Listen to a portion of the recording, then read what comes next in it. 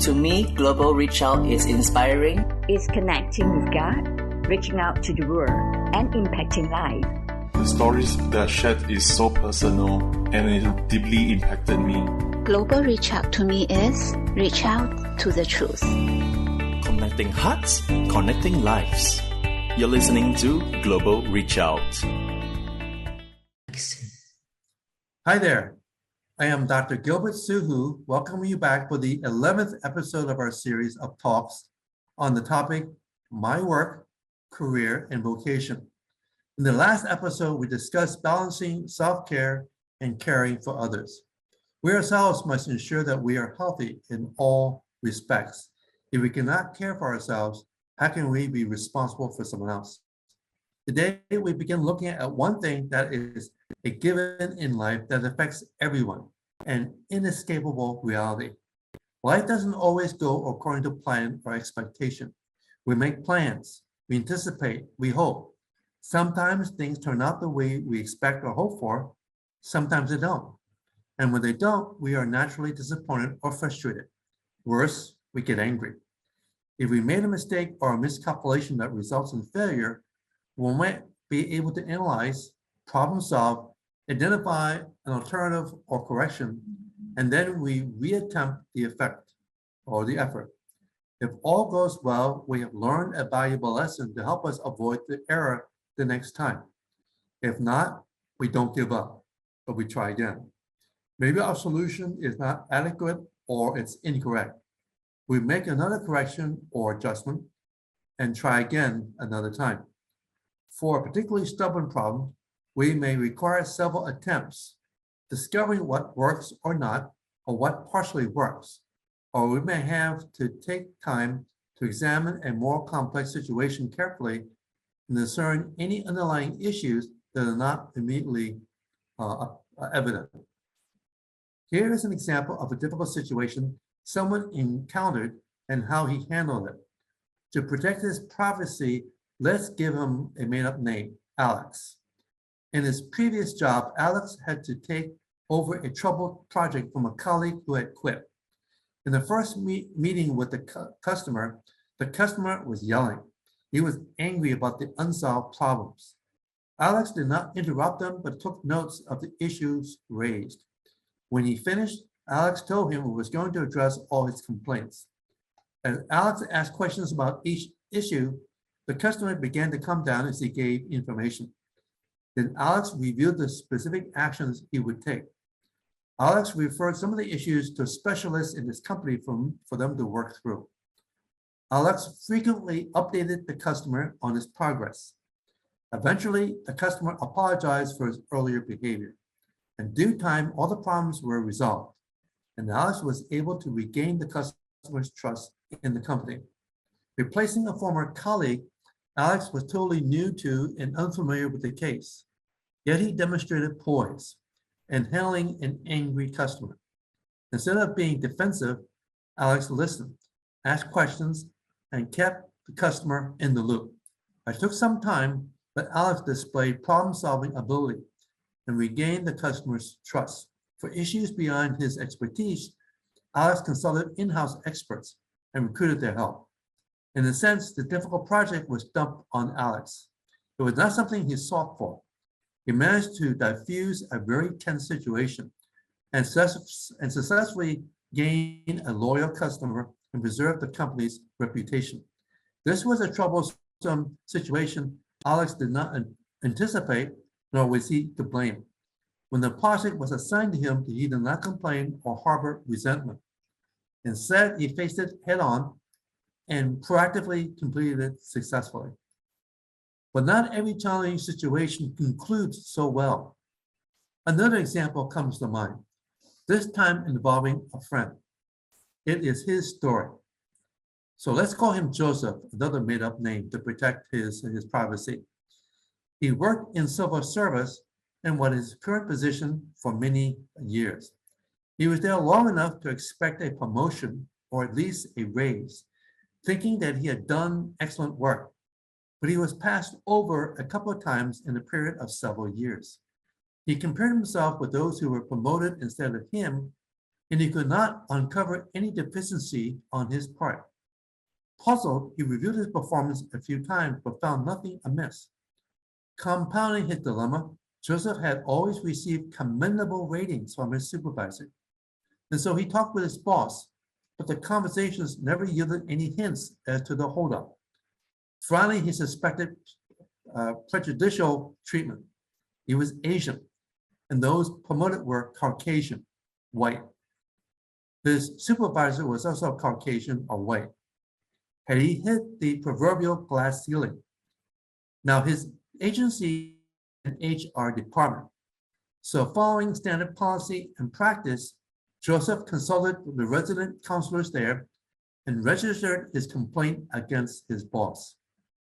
To his shock, his boss gave him a very performance review in the following evaluation cycle. His fate at the office was now sealed. Not only did he have no chance for a promotion, he faced a distinct possibility of being retrenched. Further complaints would not resolve the matter, as his boss could present evidence that he was not working effectively. This evidence was not so much the objective, quantifiable kind, but subjective impressions. His boss stated that he was not cooperative and that his negative attitude adversely affected his co-workers.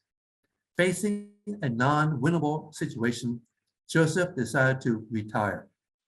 Undoubtedly, Joseph believed that he was treated unfairly, that he suffered an injustice.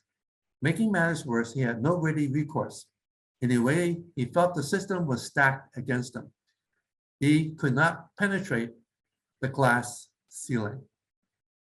In life, we all have experienced victories and defeats. We may not wish to call them defeats, maybe setbacks, or at least disappointments instead. We cannot always predict the outcome. We hope for the best, but the vicissitudes of life make things unpredictable. The weather or predicting the weather provides an analogy we can all relate to.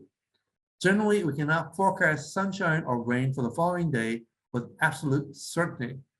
That's why meteorologists use probability in forecasting. For example, there's a 40% chance for rain this afternoon. For those of us living in tropical climates, like here in Singapore, we can say with certainty there will be no snowfall this afternoon. Of course, with climate change, what may be impossible may become possible. Who knows? Life features surprises, some pleasant and not so pleasant. Pleasant surprises are usually welcomed with open arms. We delight in them. A surprise birthday party, a marriage proposal, assuming that the one proposing is whom the lady desired, a company bonus, unless it's customary like at Christmas or some significant event, when employees come to expect it.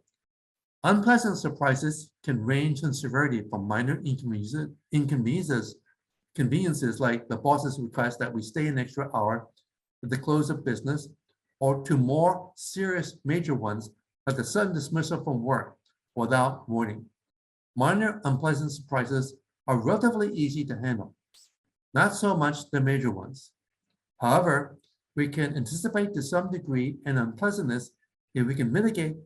Now, if we can anticipate that, we can mitigate the shock by some preemptive action. We can prepare ourselves emotionally by telling ourselves this or that might happen, so brace yourself. Or if a retrenchment is a distinct possibility, we can start looking elsewhere for employment, get a jump before our actual termination. Again, it's like looking at the cloud cover. Dark clouds and sounds of thunder tell us rain is imminent. We look for signs signaling the possibility of something that's about to happen, especially something that's unpleasant. Of course, all this assumes we know what to look for and discern which signs are more definitive and which ones are less definitive. In spite of our alertness and discernment, we may still be caught completely by surprise. It's more than simply being surprised and unprepared. Though thoughts come to mind and we ponder things. If the unpleasantness is rather traumatic or severe, it will hit us quite hard, especially if it involves our loved ones. I recall the last time I saw my mother alive. It was a Friday afternoon when I visited her at her home. She kept repeating, life is complicated. Life is complicated. At that time, I did not understand the importance of her words. I happened to glance at a nearby table full of various medication, each carefully labeled with a brief note about their use. Then I received a phone call the following Tuesday afternoon from a doctor at the hospital, informing me that my mother did not survive the surgery. I was stunned. I was asking, what surgery? Apparently it was an emergency, something unplanned. Only later, after I had time to process it all, that I understood what my mother had said and what she meant by that. She faced a daily routine of taking various dosages of medicine in the morning, afternoon, and evening. Life indeed for her was very complicated. Still later, after more processing, I felt grateful that the Lord in His mercy took my mother home to end her suffering and complicated life. Even so, I was devastated losing her. A huge vacuum now exists where she had once filled it. You know, things happen, and we don't always understand why or for what purpose. We don't like it, but have no say in the matter. We're puzzled, mystified, confused. We may be fearful, disappointed, frustrated, angry, and even bitter. We have unanswerable questions. Years ago, a friend suffered a miscarriage. When I visited her at the hospital, she asked me why did she lose her baby. I didn't have an answer because I didn't know why she lost her baby. She may have asked God, but He was silent. So likely that's why she asked me. Now, by faith, I am certain that God knows the answer, even if none of us do. Sometimes I wonder when we might be better off not knowing the answer. That's where faith comes in. Faith is not just believing what cannot be seen. It's also about living without having all the answers and still trusting in God's goodness and not giving up hope. Well, next time, we will discuss the frustration we feel when things don't turn out the way we hope or desire. But for now, I close episode 11 of our series on work, career, and vocation. Until then, have a safe and fulfilling day. Some questions or comments for you to think about and to respond. 1, recall a major disappointment encountered. How did you react? 2, can you identify any benefit or gain from that disappointment? 3, do you experience something that puzzled you and that still remains a mystery? The program is proudly presented by Global Reach Out. We welcome you to share our live enriching webcasts with family and friends through our website, global-reachout.org. Let's reach out to bless more lives together.